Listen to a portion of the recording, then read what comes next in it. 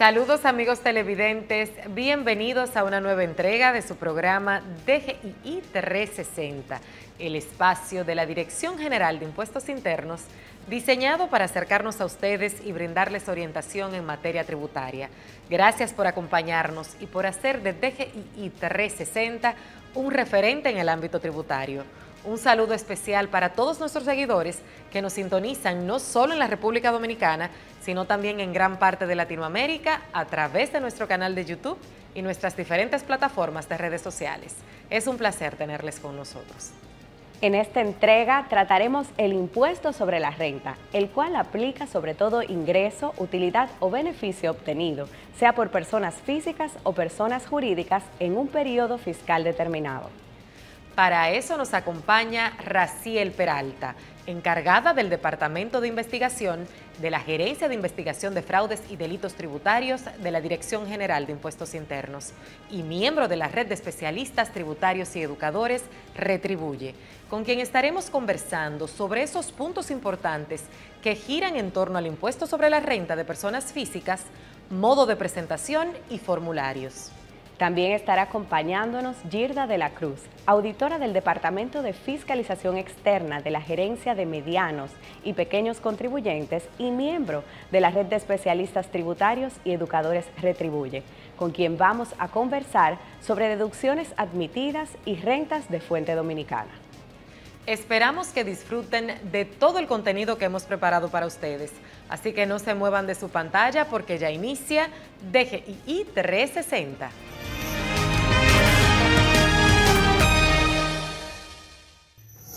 Saludos amigos televidentes, en el día de hoy presentaremos las noticias de esta semana. La Dirección General de Impuestos Internos realizó el acto de premiación del concurso Innovación, el cual tuvo como finalidad crear una cultura de autocontrol y conciencia de responsabilidad en cada colaborador de la institución, mediante la mejora continua de las acciones, actividades y procesos a su cargo. La entrega de la premiación la presidió el gerente de auditoría, Ramón Matos, junto a la encargada del Departamento de Auditoría Interna, Sandra Peralta, quienes reconocieron las propuestas Fénix, DSUDOLER y los Triple C por su originalidad, aporte, simplicidad de ejecución, cumplimiento de las normativas, posibilidad de aplicación y expansión. Los hemos convocado aquí para honrar el hecho de que ustedes fueron los ganadores del concurso de innovación.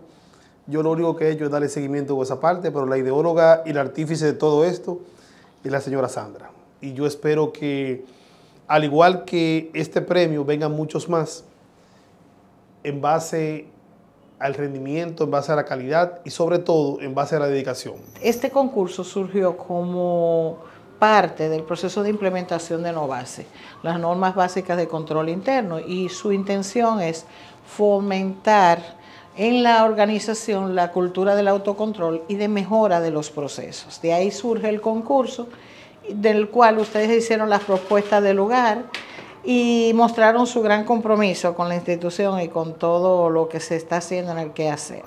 Sabemos lo importante que es cumplir con tus responsabilidades tributarias. Por eso te brindamos la información actualizada que necesitas para que no te pierdas ningún plazo. DGII quiere asegurarse de que estés siempre al tanto de las fechas límites para la presentación y pago de tus obligaciones. El lunes 16 de diciembre es la fecha límite para el pago del anticipo mensual impuesto sobre la renta de personas jurídicas, anticipo mensual impuesto sobre la renta de personas físicas y sucesiones indivisas con actividades comerciales e industriales, ventas mercado local, zonas francas, remisión de información, formatos de envío 606, 607, 608 y 609, envío de los libros de venta de las soluciones fiscales, impuesto tarjeta de turista. Mientras que el jueves 19 de diciembre es la fecha límite para el pago del impuesto a los hidrocarburos, contribución de GLP. Para el viernes 20 de diciembre es la fecha límite para el pago del ITEVIS, impuesto selectivo al consumo de productos del alcohol, del tabaco, de telecomunicaciones, de seguros y otros bienes gravados con este impuesto, impuesto de cheques y transferencias electrónicas, ITEVIS retenido por las compañías de adquirencia.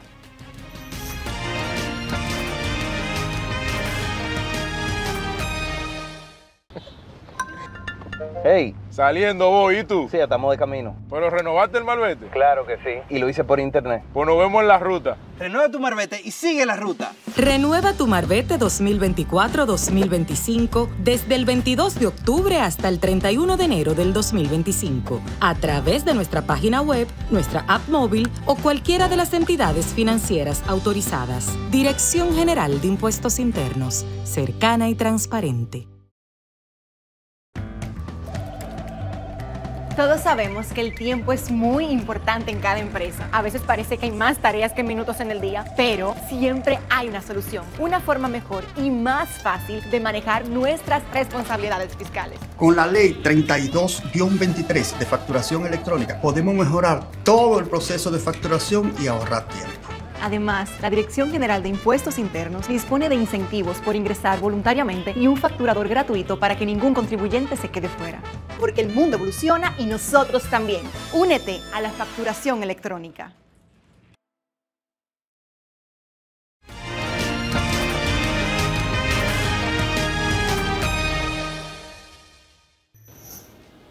Estamos de regreso en su espacio DGII 360.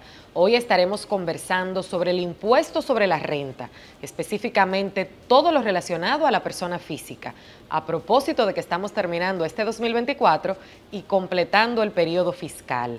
Para abordar este tema nos acompaña Raciel Peralta, encargada del Departamento de Investigación de la Gerencia de Investigación de Fraudes y Delitos Tributarios y miembro de la Red de Especialistas Tributarios y Educadores Retribuye. Raciel, bienvenida una vez más a este tu espacio DGII 360. Muchísimas gracias, estimada Marlene, por la invitación a este extraordinario espacio para tratar un tema de tanta relevancia e importancia para la sociedad dominicana y para nosotros como funcionarios públicos y servidores del Estado. Excelente, la verdad que nos sentimos sumamente honrados de contar una vez más con todo tu conocimiento, con toda tu experiencia en estos temas tributarios. Y a propósito del impuesto sobre la renta, este es uno de los impuestos que más se menciona en los trabajadores, ya sean del sector privado o del sector público, y nos gustaría que nos amplíes un poco sobre este tema, que nos edifiques un poco a todo el público que sigue este espacio. ¿Qué es exactamente el impuesto sobre la renta para personas físicas? Bueno, el impuesto sobre la renta ciertamente está estipulado en el título 2 del Código Tributario, Ley 1192, es aquel que grava todo ingreso, utilidad o beneficio que percibe una persona física en un ejercicio fiscal determinado o devenga una persona jurídica en un ejercicio fiscal determinado. ¿Por qué hablamos de los aspectos de percibe o devenga? Porque ciertamente, conforme lo estipulado en el artículo 301 del Código Tributario, las personas físicas deben de tributar en base a lo percibido. ¿Qué significa esto? Que ciertamente presentan sus declaraciones al momento que son efectuadas y cobradas. No obstante, las personas jurídicas, en base a lo estipulado en el mismo artículo 301 del Código Tributario, deben de presentar en base a lo devengado. Es decir, inmediatamente emiten el documento, emiten la factura, tienen la obligación de presentar y pagar el impuesto pertinente. Tú sabes que este espacio, Raciel, es seguido por una gran cantidad de personas, un público muy diverso, así como puede haber contribuyentes, empresarios, puede haber empleados de diferentes sectores. Entonces sería interesante puntualizar en este punto cuáles son esas diferencias entre un empleado, una persona física, que a lo mejor sea un profesional liberal, y una persona jurídica. ¿Cuáles son esas características que diferencian a estos contribuyentes? Excelente. Bueno, en el primer punto, ciertamente las personas físicas pudieran ser personas que realicen un tipo de actividad de manera independiente y pudieran ser personas físicas que ciertamente realizan un tipo de actividad, pero en base a un trabajo bajo relación de dependencia.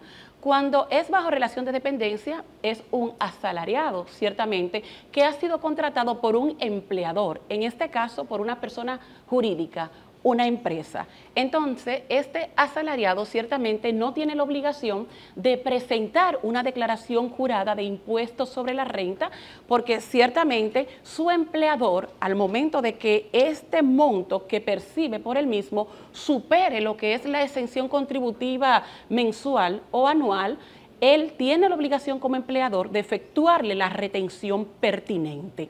En el caso de una persona física, pero que ciertamente es un profesional o que se dedica a una actividad independiente, son aquellas personas naturales que efectúan un tipo de actividad en el territorio dominicano, sin embargo, lo efectúan de manera independiente porque no son asalariados, no están bajo una relación de dependencia. En este sentido, ellos tienen la obligación de presentar y pagar su declaración jurada.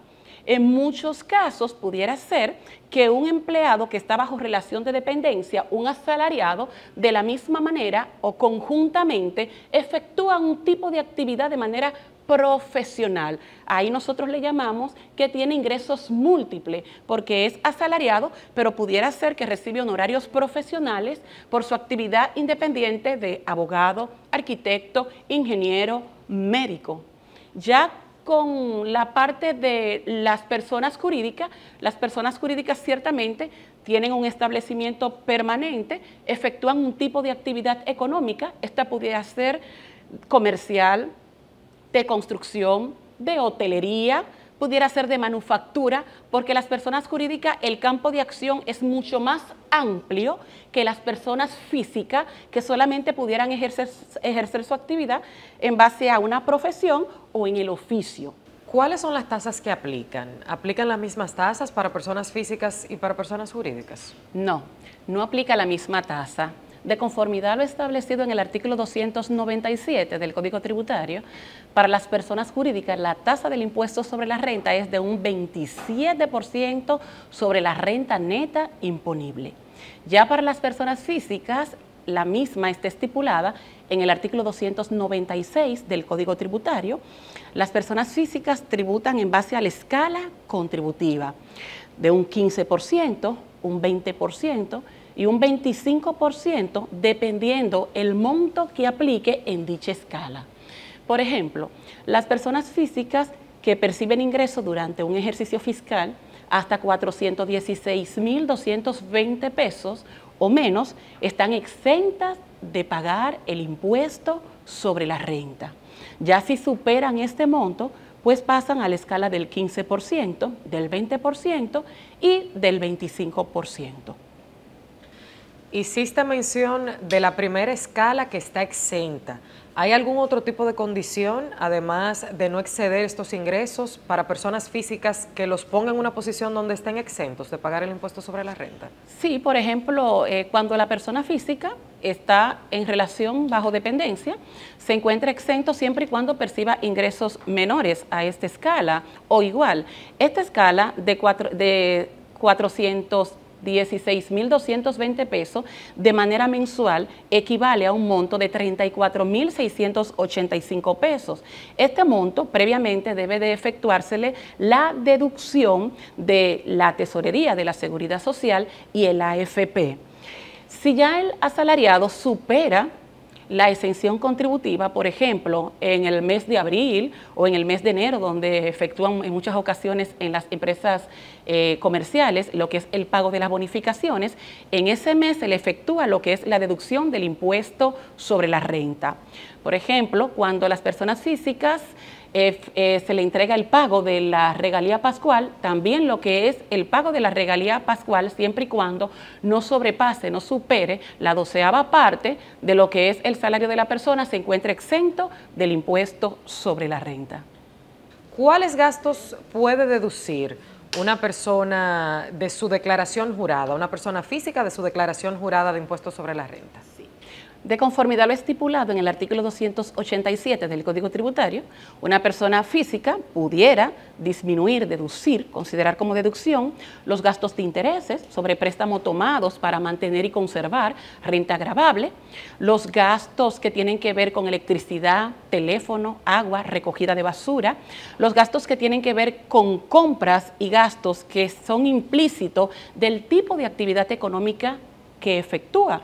Hacemos esta salvedad porque en muchas ocasiones el contribuyente se dedica a un tipo de operación X y cuando validamos los costos y los gastos, le está efectuando una compra a una farmacia, por ejemplo, o le está realizando una compra a un hotel y en muchas ocasiones no guarda relación con el tipo de actividad económica que efectúa. Y qué bueno que mencionas eso, porque sería importante resaltar cuáles son los gastos no admitidos, porque es una práctica muy común ver la gente, no, estamos en un grupo, en un restaurante, pagamos cuentas separadas, pero denme el comprobante fiscal a mí, para yo pues presentarlo como un gasto. ¿Cuáles son esos gastos que no se pueden deducir, que no están admitidos? Muy bien, los gastos no admitidos están estipulados en lo que es el artículo 288 del Código Tributario. No están admitidos los gastos personales, los gastos que tienen que ver con juegos de azar, con compras en tiendas, en The Show, ciertamente que en muchas ocasiones nosotros incurrimos en gastos de nosotros como personas, compra de carteras, compra de ropa, suplo mi hogar y mis necesidades propias con la que tienen que ver con el negocio. Y muchas ocasiones yo lo imputo como gasto de representación. Eso se da mucho con el escenario que muy bien planteas.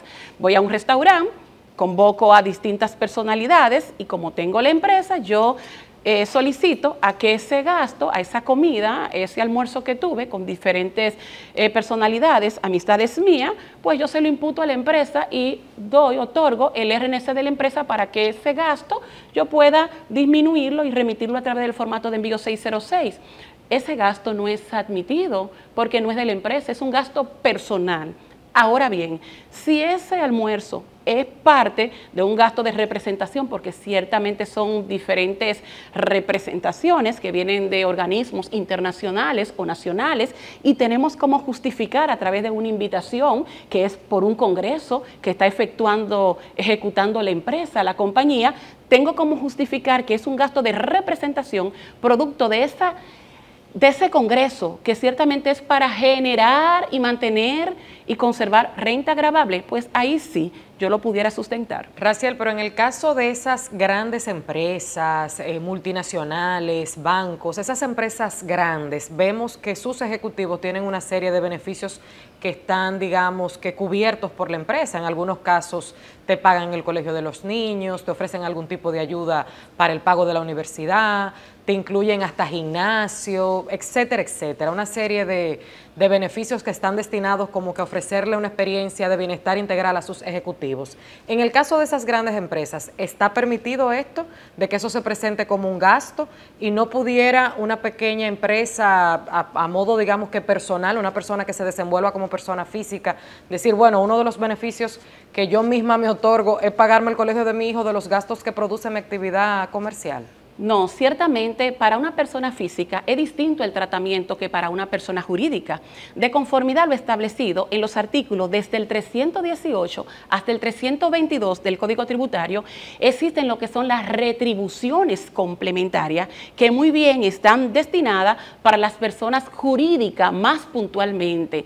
¿Por qué? Porque las personas jurídicas ciertamente tienen distintos empleados que por el tipo de funciones que efectúa se le brinda algunas retribuciones, algunas facilidades como gerentes, administradores, por las funciones que efectúan. Y el cargo, claro, pago de vivienda, pago de seguros nacionales e internacionales, se le otorga también lo que es la asignación de vehículo, se le da también lo que es la asignación de combustible, se le otorgan distintas retribuciones. Lo único que esto tiene que tener como característica que se realice esta retribución en especie y nunca en términos monetarios, porque en el momento que se otorguen en términos monetarios no representan retribuciones complementarias, sino que más bien forman parte de su sueldo y de su salario. Otro aspecto muy importante a destacar en esta parte es que Ciertamente las retribuciones complementarias deben de tener una característica de individualización. Si este seguro médico es pagado a todos los empleados de la empresa, no se considera una retribución complementaria porque no es a 10 empleados de los 3.000 que tengo en la empresa, no es a 50 empleados de los 3.000 o 2.000 que tengo en la institución, es a todos. Entonces ya eso pasa a ser un gasto de personal y tiene otro tratamiento. Ya para la parte de retribuciones complementarias, sí ciertamente es admitida esta parte, pero corre directamente por lo que es la empresa, la institución, el empleador. Este gasto corre por cuenta de ellos y ciertamente, aunque ellos lo consideran, en el anexo B1 de su declaración jurada del IR2, tiene que ser autoimpugnable en la parte delantera del IR2 porque este gasto corre por el empleador, no por el empleado, el pago de este impuesto. O sea, que en este caso, digamos que hay mayores facilidades para personas jurídicas para incurrir en este tipo de gastos y de deducciones del impuesto sobre la renta. Claro que sí, porque ya para las personas físicas, ciertamente la persona física regularmente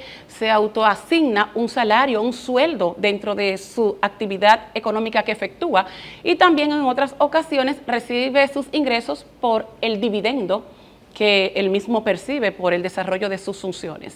Raciel, ¿cuál es la fecha límite para la presentación y pago del impuesto sobre la renta y por cuáles vías debe un contribuyente hacer el mismo? El plazo para la presentación y pago para las personas físicas es hasta 90 días después del cierre. La fecha de cierre para la persona física es hasta el 31 de diciembre.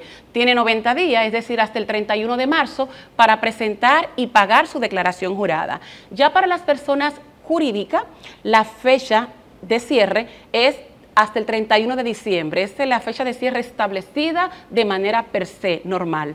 No obstante, si la persona jurídica, dependiendo del tipo de actividad económica que efectúa y su preferencia, desea efectuar un cambio de fecha, pudiera hacerlo. Entonces, tiene 3 fechas de cierre más para elegir, para solicitar, que es 31 de marzo, 30 de junio y 30 de septiembre.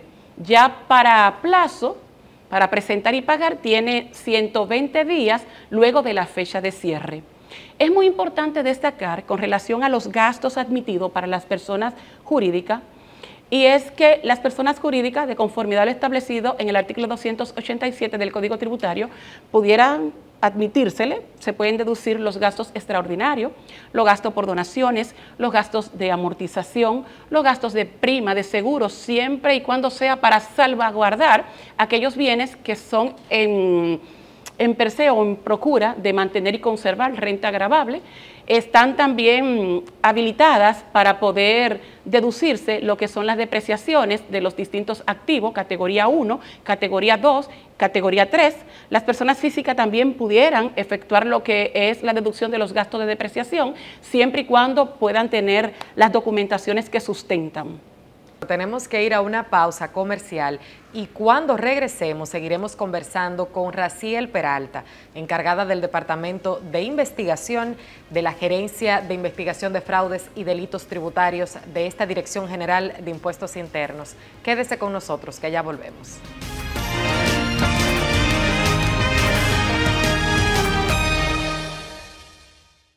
Conoce nuestros canales institucionales de denuncias. Puedes ingresar a nuestro portal web www.dgii.gov.do con tu usuario a través de tu oficina virtual. También tienes la opción de realizar denuncias anónimas a través de www.dgii.gov.do/denuncias. Enviar un correo electrónico a denunciasinternas@dgii.gov.do o función de cumplimiento @dgii.gov.do, a través de nuestras redes sociales, Instagram dgii.rd, Facebook DGII y X DGII.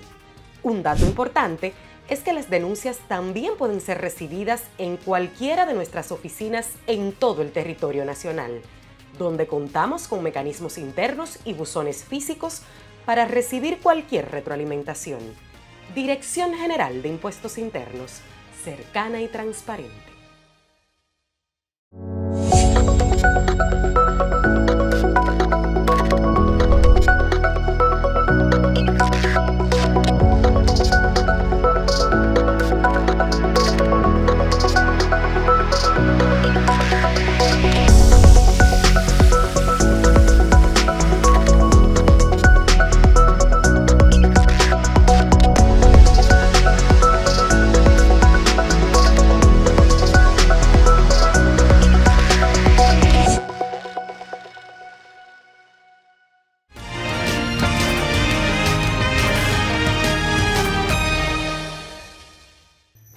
Estamos de regreso en DGII 360 conversando con Raciel Peralta, encargada del Departamento de Investigación de la Gerencia de Investigación de Fraudes y Delitos Tributarios de esta Dirección General de Impuestos Internos, y también es miembro de la Red de Especialistas Tributarios y Educadores Retribuye.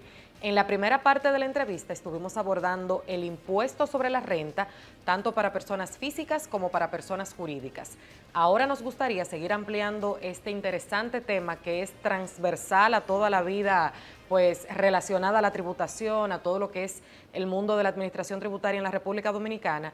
Y nos gustaría saber en este momento, Raciel, ¿cuáles son esos documentos requeridos para realizar la declaración jurada del impuesto sobre la renta para las personas físicas? Los documentos requeridos son los siguientes: el formulario IR1 y sus anexos, anexo A y anexo B, las certificaciones de ingresos, las certificaciones de las retenciones que le han efectuado al contribuyente por los servicios que ha otorgado, que ha brindado, las cartas de las instituciones financieras si el contribuyente está presentando ingresos por intereses, asimismo los valores de los muebles y los inmuebles que posea el contribuyente.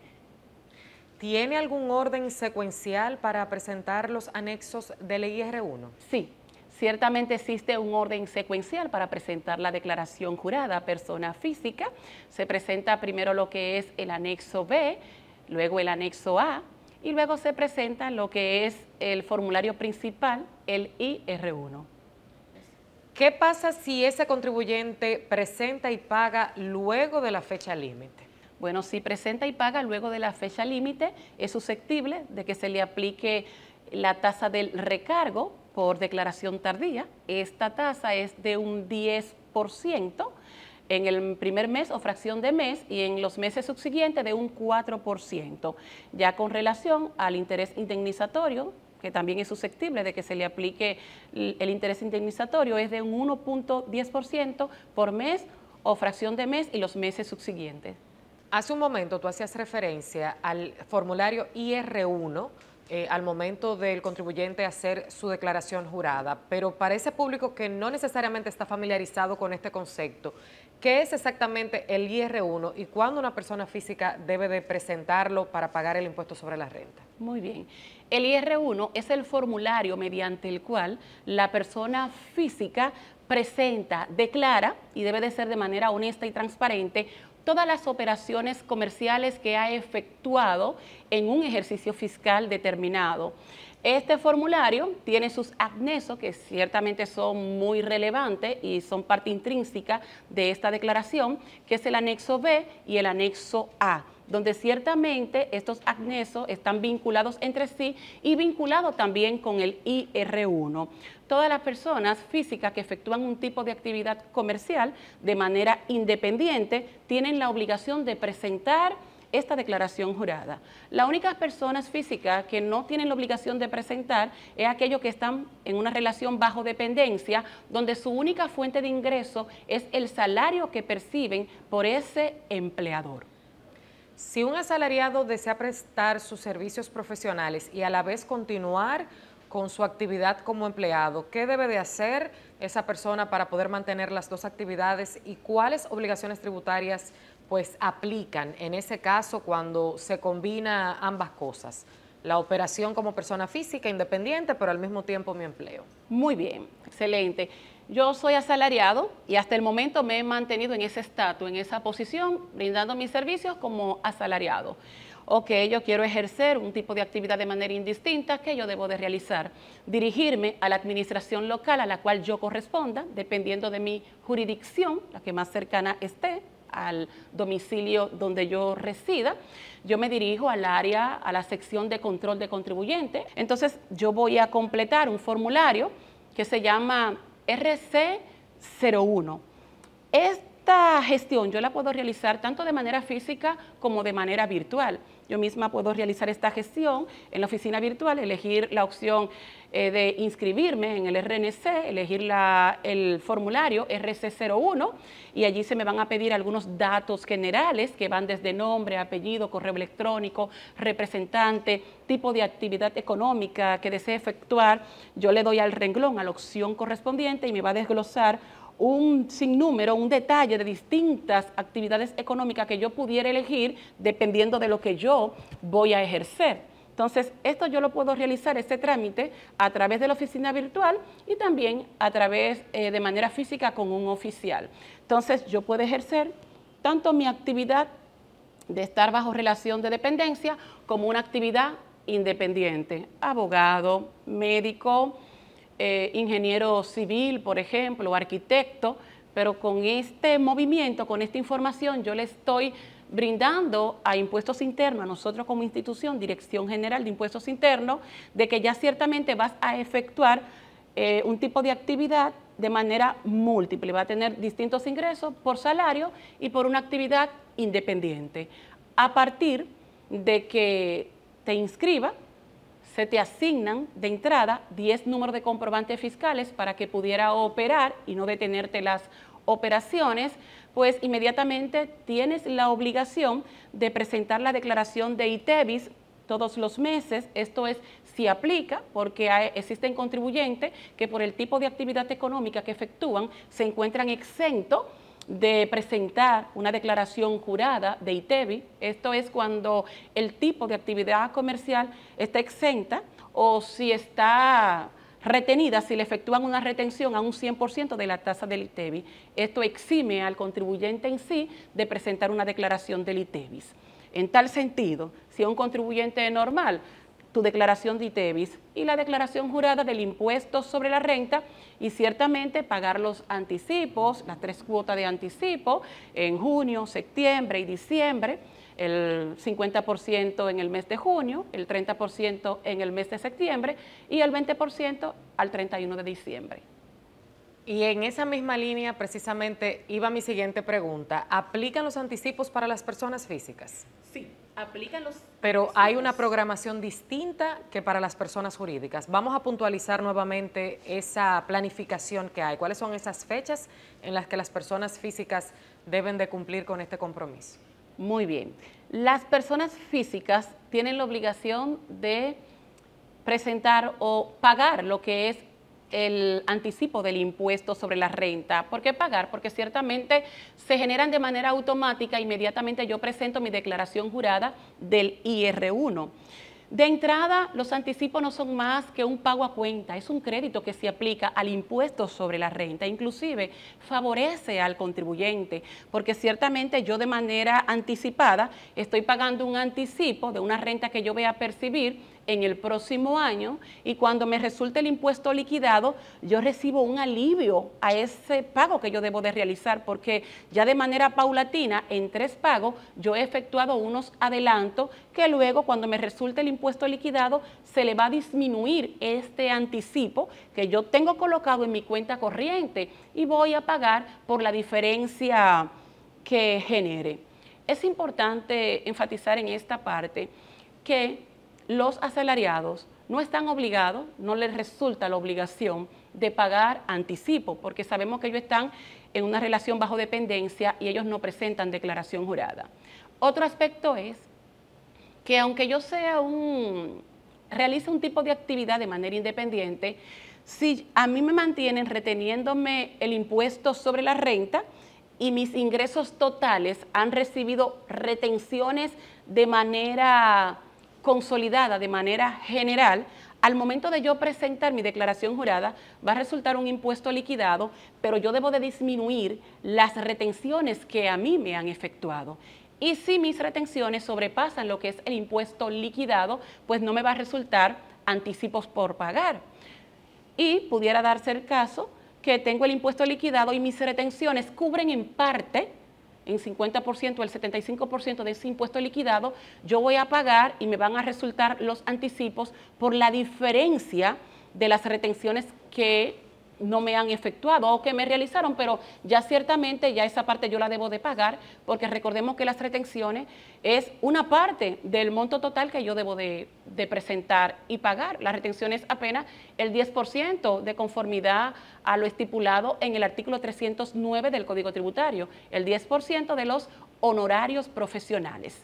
Entonces, esa diferencia que me va a resultar de anticipos por pagar se va a dividir, el sistema lo hace de manera automática, en 3 cuotas. El 50% de esa diferencia por pagar, de ese impuesto liquidado, debo de pagarla hasta el 30 de junio de ese año. El 30% del impuesto liquidado que resulte a pagar, lo voy a pagar el día 30 de septiembre. Y el resto, el 20% de ese impuesto liquidado, me va a generar la última cuota hasta el 31, para pagarla hasta el 31 de diciembre de ese ejercicio. Gracias, Raciel. Amigos, acabamos de conversar con Raciel Peralta, quien agradecemos por habernos acompañado y ofrecernos estas valiosas informaciones. Vamos a una pausa, pero al regreso estaremos conversando con Girda de la Cruz, auditora del Departamento de Fiscalización Externa de la Gerencia de Medianos y Pequeños Contribuyentes. Así que no se muevan porque continuamos con mucho más contenido de valor en este su espacio DGII 360.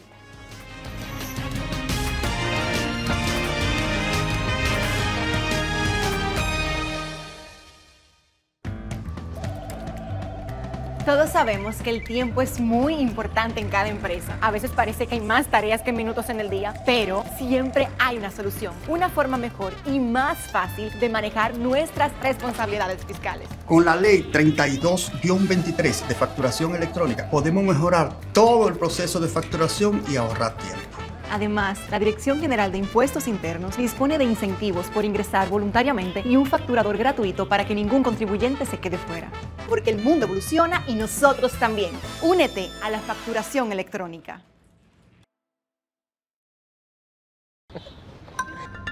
Hey. Saliendo voy, ¿y tú? Sí, estamos de camino. ¿Pero renovaste el malvete? Claro que sí. Y lo hice por internet. Pues nos vemos en la ruta. Renueva tu marbete y sigue la ruta. Renueva tu marbete 2024-2025 desde el 22 de octubre hasta el 31 de enero del 2025 a través de nuestra página web, nuestra app móvil o cualquiera de las entidades financieras autorizadas. Dirección General de Impuestos Internos, cercana y transparente. Ya está disponible la nueva DGII Móvil. Más que una app, una valiosa herramienta en la que podrás consultar el estatus de tu RNC, número de comprobante fiscal y la placa vehicular. También traerá un token digital y todas las novedades de la administración tributaria. Descárgala ya, disponible en Google Play y App Store. Dirección General de Impuestos Internos, cercana y transparente.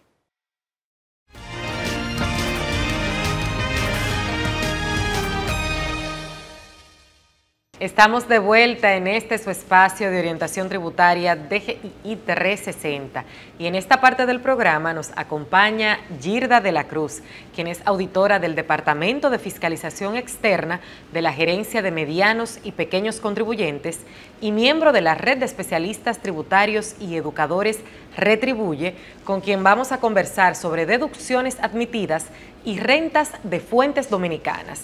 Girda, bienvenida a DGII 360. Muchas gracias, Marlene. Para mí es un placer estar aquí con ustedes en este afamado programa dirigido por ustedes. Así es, así es. Y ahora que estamos en fechas navideñas, los contribuyentes entregan regalos de diferentes tipos, muchos de estos de alta cuantía. ¿Pueden deducir estas donaciones del impuesto sobre la renta? Buena la pregunta. No es deducible para fines fiscales esa cuantía como tal, pero sí hay requisitos para que se permita lo que es la deducción de las donaciones. En primer lugar, debe ser en orden a una organización caritativa, religiosa o una organización sin fines de lucro como tal que se dedique, como acabamos de decir, de bien social. También hay otra característica para poder deducirse del impuesto sobre la renta. Hay un parámetro establecido que no puede sobrepasar, esas donaciones no pueden sobrepasar del 5% de la renta neta imponible. La renta neta imponible es la renta bruta menos las deducciones. A esta renta neta imponible es a la cual se le aplica la alícuota. Un ejemplo, por así decirte, supongamos que tenemos unas donaciones de 15,000 pesos y tenemos una renta neta imponible de 200,000 pesos. Para admitir esa donación sería el 5% de los 200,000 pesos, serían 10,000 pesos. En el caso de la donación, como acabamos de mencionar, que son 15,000 pesos, yo te permitiría como administración tributaria los 10,000 pesos. Los otros 5,000 pesos, pues si ya te lo dedujiste en el anexo B1 de la declaración jurada, el IR2 para las personas jurídicas, entonces debes autoimpugnártelo en el anexo G, en el 1.5 de los ajustes positivos.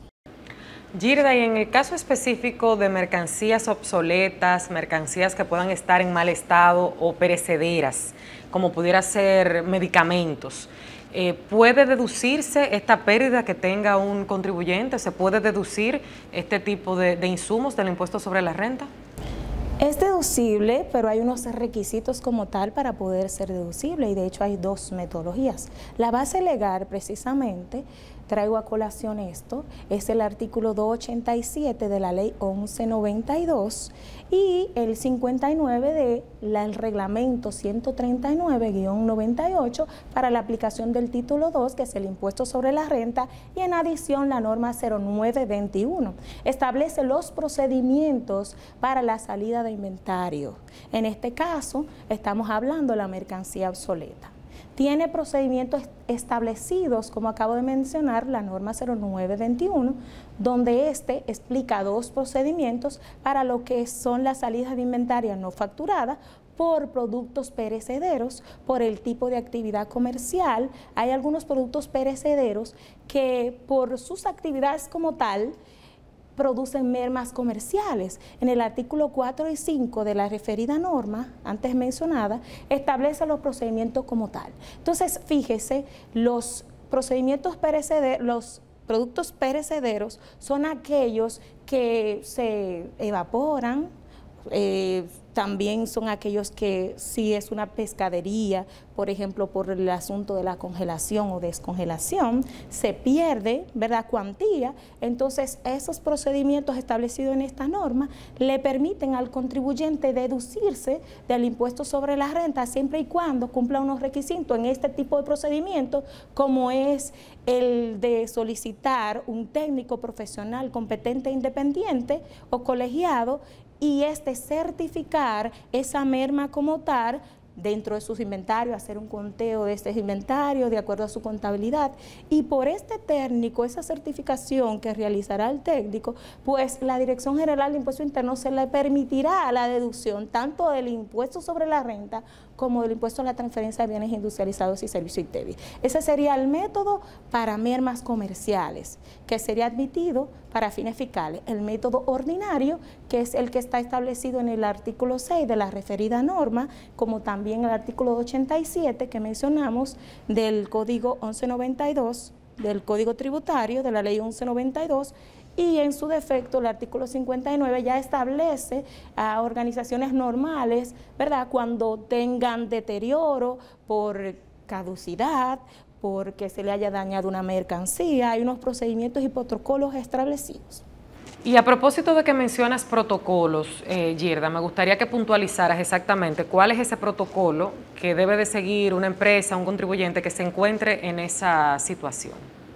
Bueno, dentro de los protocolos o requisitos se debe hacer una solicitud vía subdirección de gestión de cumplimiento, no mayor a 15 días hábiles, ¿verdad? Cuando tú vas a destruir una mercancía ya obsoleta que acabamos de mencionar, tú debes solicitar los 15 días antes de la destrucción. Entonces se procede, luego que es recibida por la subdirección mencionada, se procede entonces a preparar una carta al contribuyente donde se presenta el auditor que va a observar. Obviamente, cuando el contribuyente solicita, lo hace por medio también de una carta a la subdirección ya mencionada. Esta carta especifica los productos que en realidad desea destruir, y esto conlleva lo que es un pago de un servicio, una tasa a esta Dirección General de Impuesto Interno, y luego entonces, luego que es recibida por la subdirección, entonces se procede el auditor a observar la mercancía, pero antes de observar la mercancía solicita al contribuyente algunos documentos que le sirven de aval, como son el listado de inventario a destruir, pero ya dentro del inventario como tal, que se puede observar la cuantía o la contabilidad que ese inventario ingresó. mediante los papeles o documentos fehacientes mientras las entradas de diario y que se pueda ver si en el caso de que fue una mercancía importada, que se puedan ver los avales aduanales, la liquidación de costo. Entonces el auditor prepara prácticamente auditoría, pero de la cuenta o rubro de inventario, donde puede verificar si esa mercancía entró verdaderamente, si es fehaciente. Luego que se confirme de que la documentación es fidedigna y que se pueda hacer la evaluación de los costos y que se determine, ¿verdad?, que esa mercancía entró al inventario y que se pueda verificar, entonces se procede a ir a observar lo que es el inventario obsoleto con la presencia en cuestión, dependiendo de la actividad comercial, como en el caso de los fármacos, se evalúa si es una sustancia controlada, porque entonces se va a solicitar que esté la presencia de la EDNCD, como también en el caso de que sea otros productos que sean nocivos a la salud, sería el Ministerio de Salud Pública, y en el caso de que sea nocivo al medio ambiente, sería entonces el Ministerio de Medio Ambiente. Entonces, visto esto, también es muy necesario tener la presencia de un notario público, porque ese notario es quien va a certificar la observación como tal de dicha destrucción de inventario obsoleto.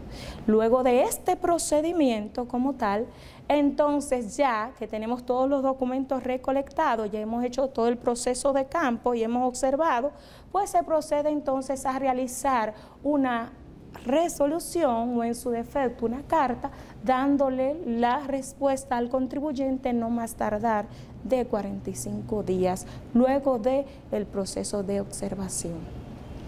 Muy interesante este proceso. ¿Qué pasa si esta solicitud y todo este plazo que debe agotarse, todo ese debido proceso paso a paso, el contribuyente no obtiene una respuesta en el tiempo establecido? ¿Qué debe hacer el contribuyente? ¿O puede proceder a sacar de su inventario esos artículos? ¿Qué es lo correcto? ¿Qué es lo que debe hacer? No procede, no puede hacer un crédito al inventario, no puede rebajarlo hasta que no es autorizado como tal. Entonces, si se le niega, que puede ser por asunto que no entregó los costos, que se ha dado el caso, o en su defecto porque se sobrepasó el tiempo ya estipulado, entonces se le otorga una carta diciéndole al contribuyente que vuelva a solicitar nueva vez el requerimiento. ¿Tiene algún costo? ¿Se cobra alguna tasa por el servicio de solicitar la observación de la destrucción de inventario? Así es. La Dirección General de Impuesto Interno se le cobra desde $1 a $1.000.000 de pesos en mercancía obsoleta, se le cobrará 5.000 pesos. En el caso de $1.000.000 de pesos a 4 millones de pesos, el 0.5%. Y de 4 millones en adelante serían 20.000 pesos.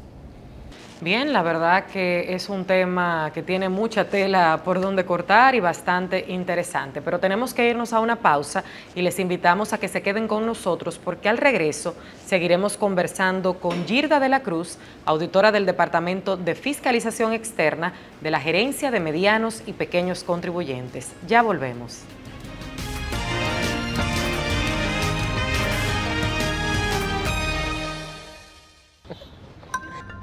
Hey. Saliendo voy, ¿y tú? Sí, estamos de camino. ¿Pero renovaste el malvete? Claro que sí. Y lo hice por internet. Pues nos vemos en la ruta. Renueva tu marbete y sigue la ruta. Renueva tu marbete 2024-2025 desde el 22 de octubre hasta el 31 de enero del 2025 a través de nuestra página web, nuestra app móvil o cualquiera de las entidades financieras autorizadas. Dirección General de Impuestos Internos, cercana y transparente.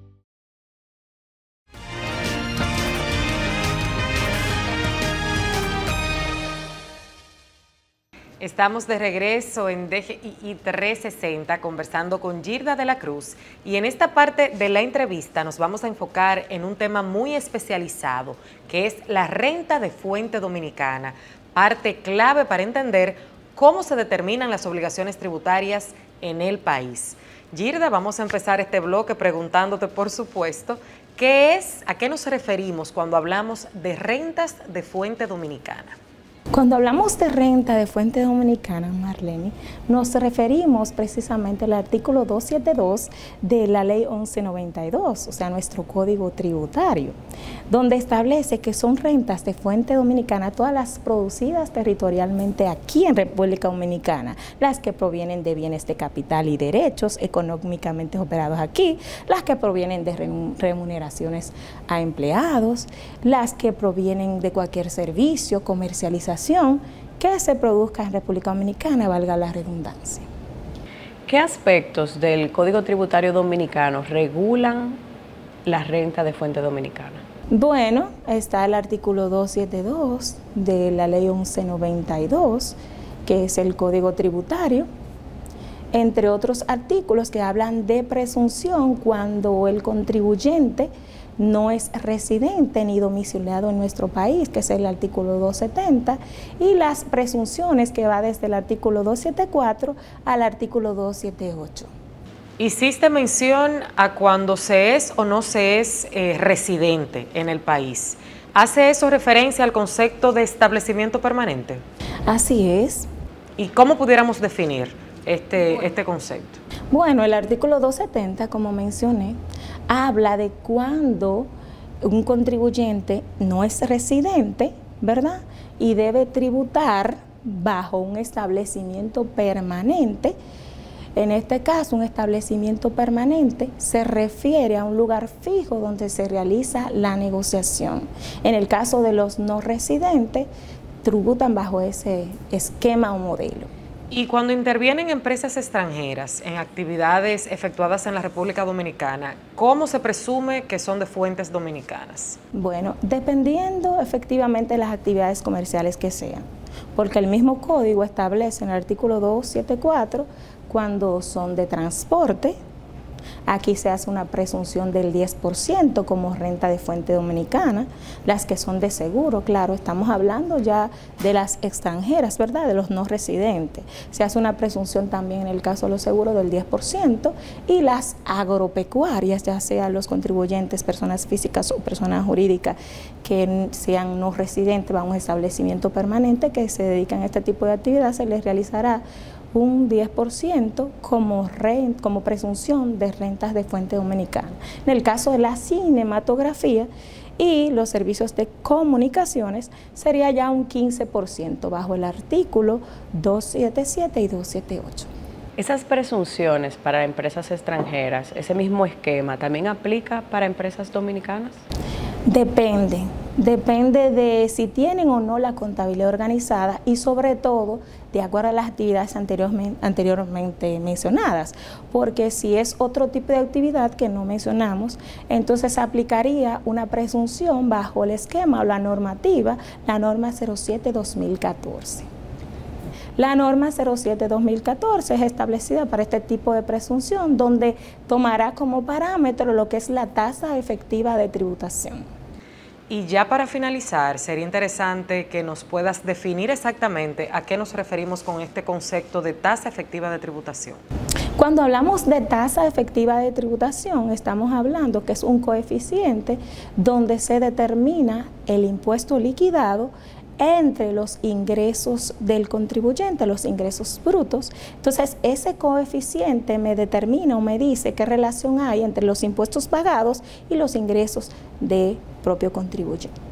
Girda, muchísimas gracias. Amigos, acabamos de conversar con Girda de la Cruz, auditora del Departamento de Fiscalización Externa de la Gerencia de Medianos y Pequeños Contribuyentes y miembro de la Red de Especialistas Tributarios y Educadores Retribuye, a quien agradecemos por habernos acompañado. Vamos a una pausa, pero quédese con nosotros porque en breve volvemos.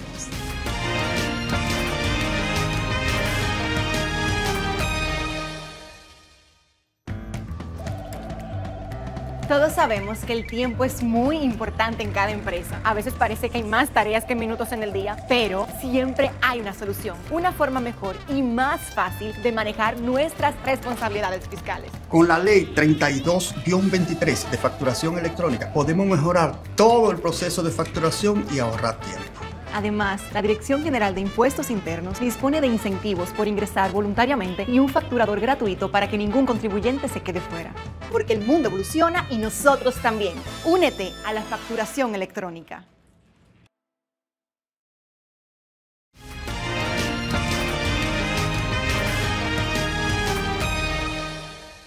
Hemos llegado a la parte final de su programa DGII 360, agradeciéndoles a todos por habernos permitido llegar hasta sus hogares. Les recordamos que pueden volver a disfrutar del contenido del día de hoy, así como el de todas las ediciones anteriores, en nuestro canal de YouTube de la DGII. Gracias por su apoyo. Será hasta una próxima entrega de más contenido de valor en orientación tributaria. Hasta la próxima.